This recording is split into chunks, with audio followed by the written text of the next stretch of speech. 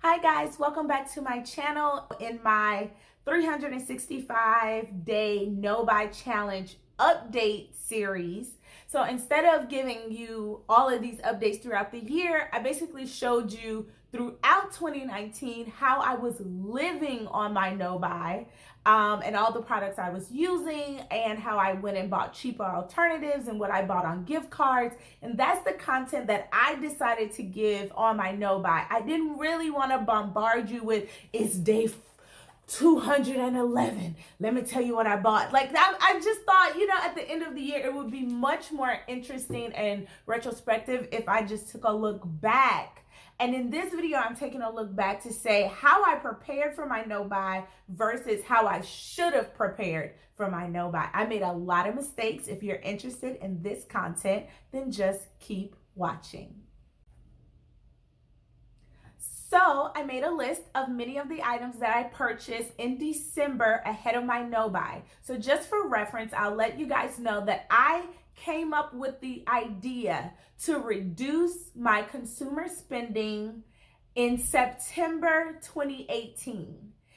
I just started feeling in my spirit. It came in my head like, hey, you should try to spend less on like all this stuff that you don't need. And so, I started preparing kind of in early December and throughout the whole month. Since I knew I was going on a no-buy, I started buying things that I thought I would need or really would carry me through the no-buy. So let me tell you if what I bought really prepared me for the no-buy and what I should have bought.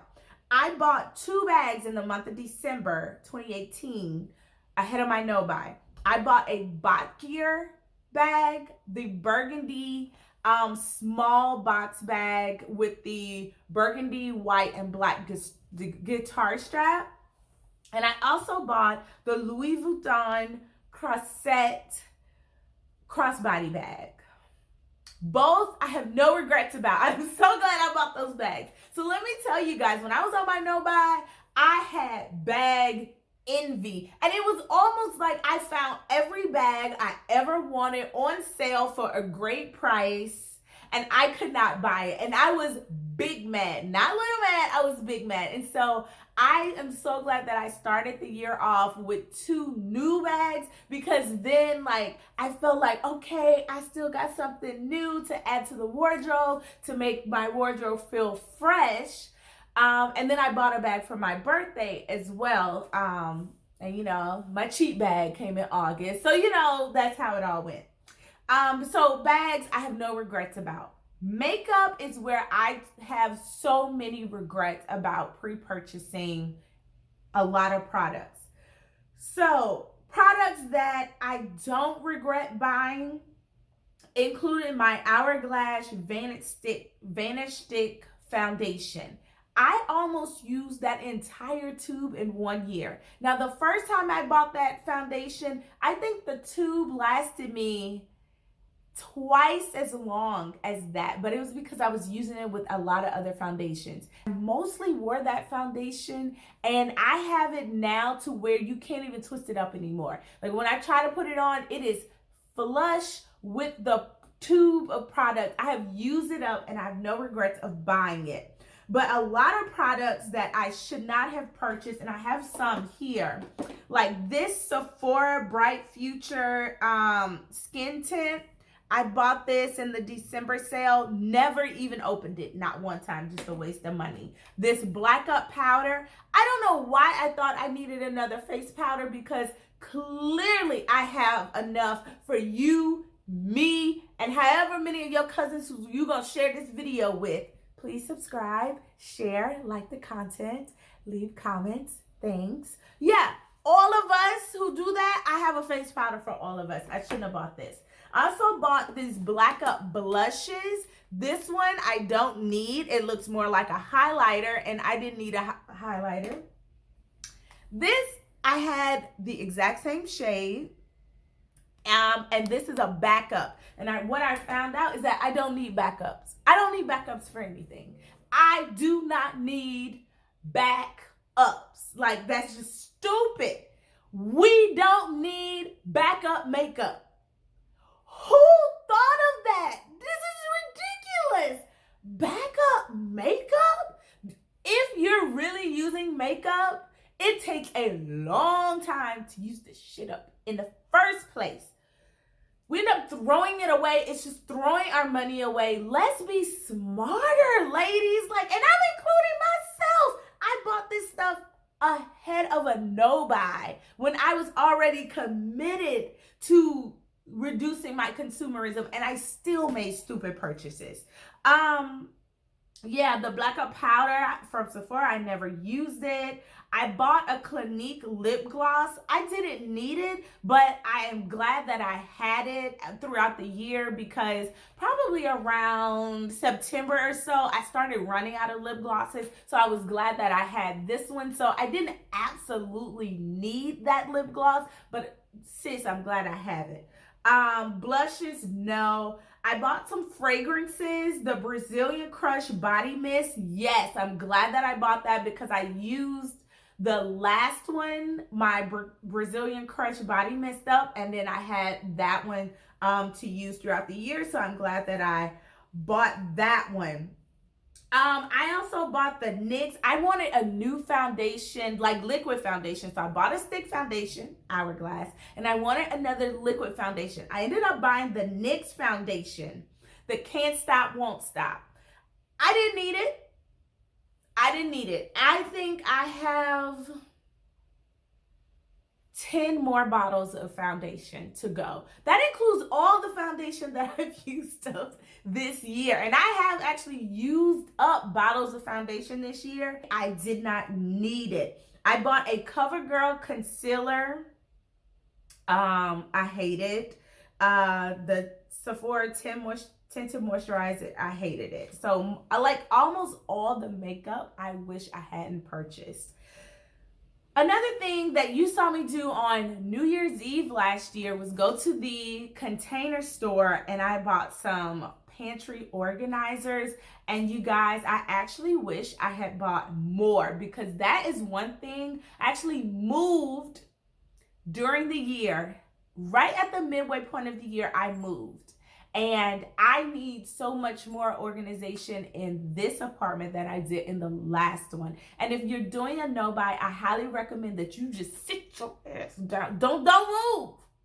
Don't move. Don't move. Sis, I know your neighbors get on your nerve, but don't move, because the moving will wreck your no-buy. You'll be like, oh, but I need this and I need... No, you don't need that. No, just stay where you are until you finish your no-buy. Bruh. Trust me, bro, I'm just from the bottom of my heart. Keep your life consistent in your no-buy. Another way that I did not keep my life consistent is that I tried all these different hair colors this year. I'm gray in the front of my head, so I have to color my hair. And when I color my hair, I've been using like some pretty fun, colorways. Well, for me, they're pretty fun. And I did not think of how changing your hair color, like from browns to blonde, wrecks your hair routine. I needed totally new products. And that leads me into what I should have purchased ahead of my no-buy that I did not. I should have purchased color safe hair products. Color safe, like blonde, like just brightening hair products or strengthening and stuff like that. I needed more products for color hair, color treated hair mask for color treated hair. You know, the hair gets dry and brittle and everything, and I really should have taken that into consideration, and I don't feel like I did a great job there. And if I had to do it all over again, I would have bought those products ahead of my no-buy.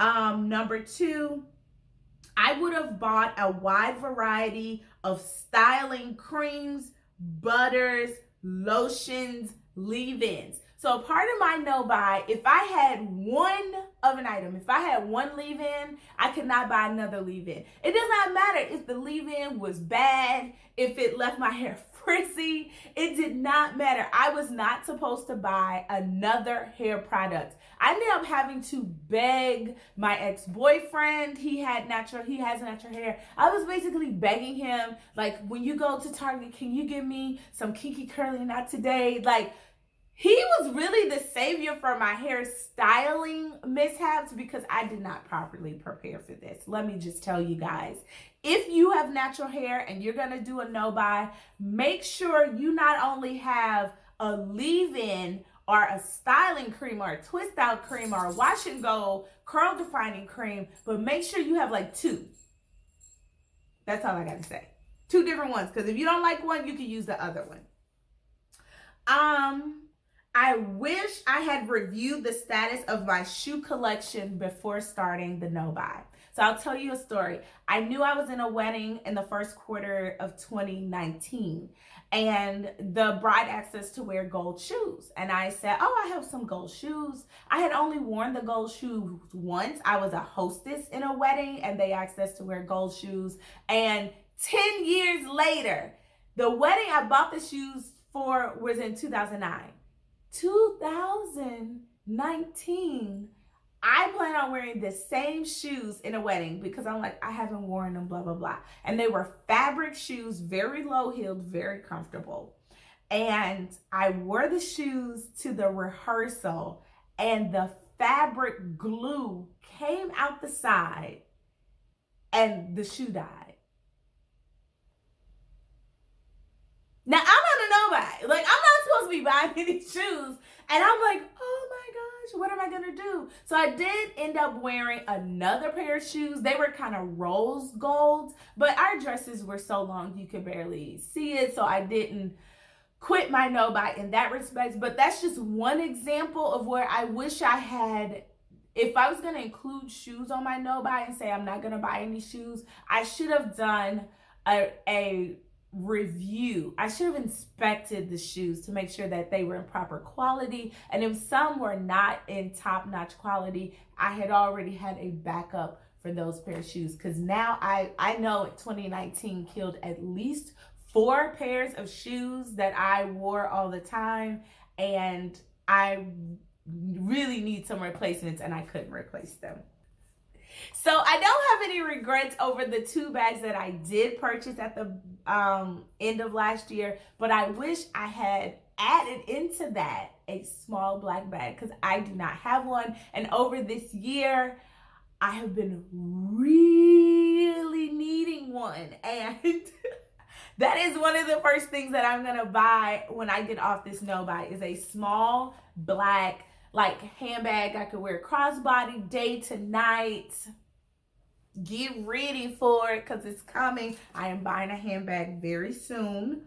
And I also wish I had bought more fridge, pantry, and closet organizers. So like I said, I moved, but I had a need for organization or more organization in my last unit. But once I moved mid-year and the closets were very different in this unit than in my last one, I've been disadvantaged and I feel like I've not been organized and things are just in the closet falling over. And so starting tomorrow, 1/1, because it's New Year's Eve today, tomorrow, your girl is going to buy her some organization for her closet and her pantry. Get ready. I'm ready. I hope Marshall's Home Goods is ready because that's where I'm going.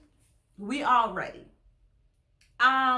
And what I will be buying in 2020, I just mentioned that I'm going to be buying some closet organizations, some pantry organizations. I mentioned I'm going to buy a small black handbag. I do need to buy some gray low-heeled shoes for work. And I also need to buy some black flats for work.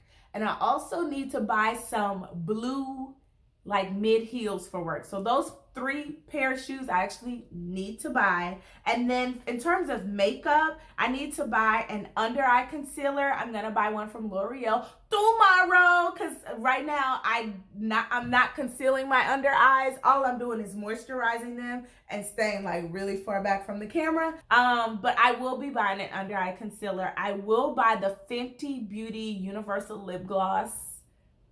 And I also will buy a winter moisturizer, and more than likely it's going to be Clinique. I used a Clinique moisturizer basically all year, and I thoroughly enjoyed it. And so I will be buying one of their Ultimate Hydrating. It's like pink, and I got a sample of it, and I thought it worked beautifully. And I've been flaking like here in the middle of my eyebrows and around my nose. My skin has been flaking because it's like really cold out. So those are the things that I will be buying when I get off of my no buy. And so if you did a no buy, let me know the things that you will be purchasing when you get off your no buy. Those are just some of the things that I'll be waiting in line for tomorrow. Anyway, if you can't tell, I am very excited to get off this no buy. And in 2020, I am being more conscious with my spending, but now we're not going to call it a no buy. Like the theme of 2020 is don't call it a no buy. It's just a very tight budget. Okay? We're just living on a very, very tight budget, trying to save $50,000 in a year. I didn't even save $40,000 this year, so I don't know how the hell I'm saving $50,000, but apparently I have put together a very tight, penny pinching budget that says I could save $50,000 in 1 year, and we're gonna see if I can do it. So next year I will share my budget with you, my 2020 budget and everything, and take you along month by month in where I am in my saving journey. So with that being said, Happy New Year, you guys. Good luck to all of you who are on a no buy for 2020, and let me know in the comments what you bought to prepare.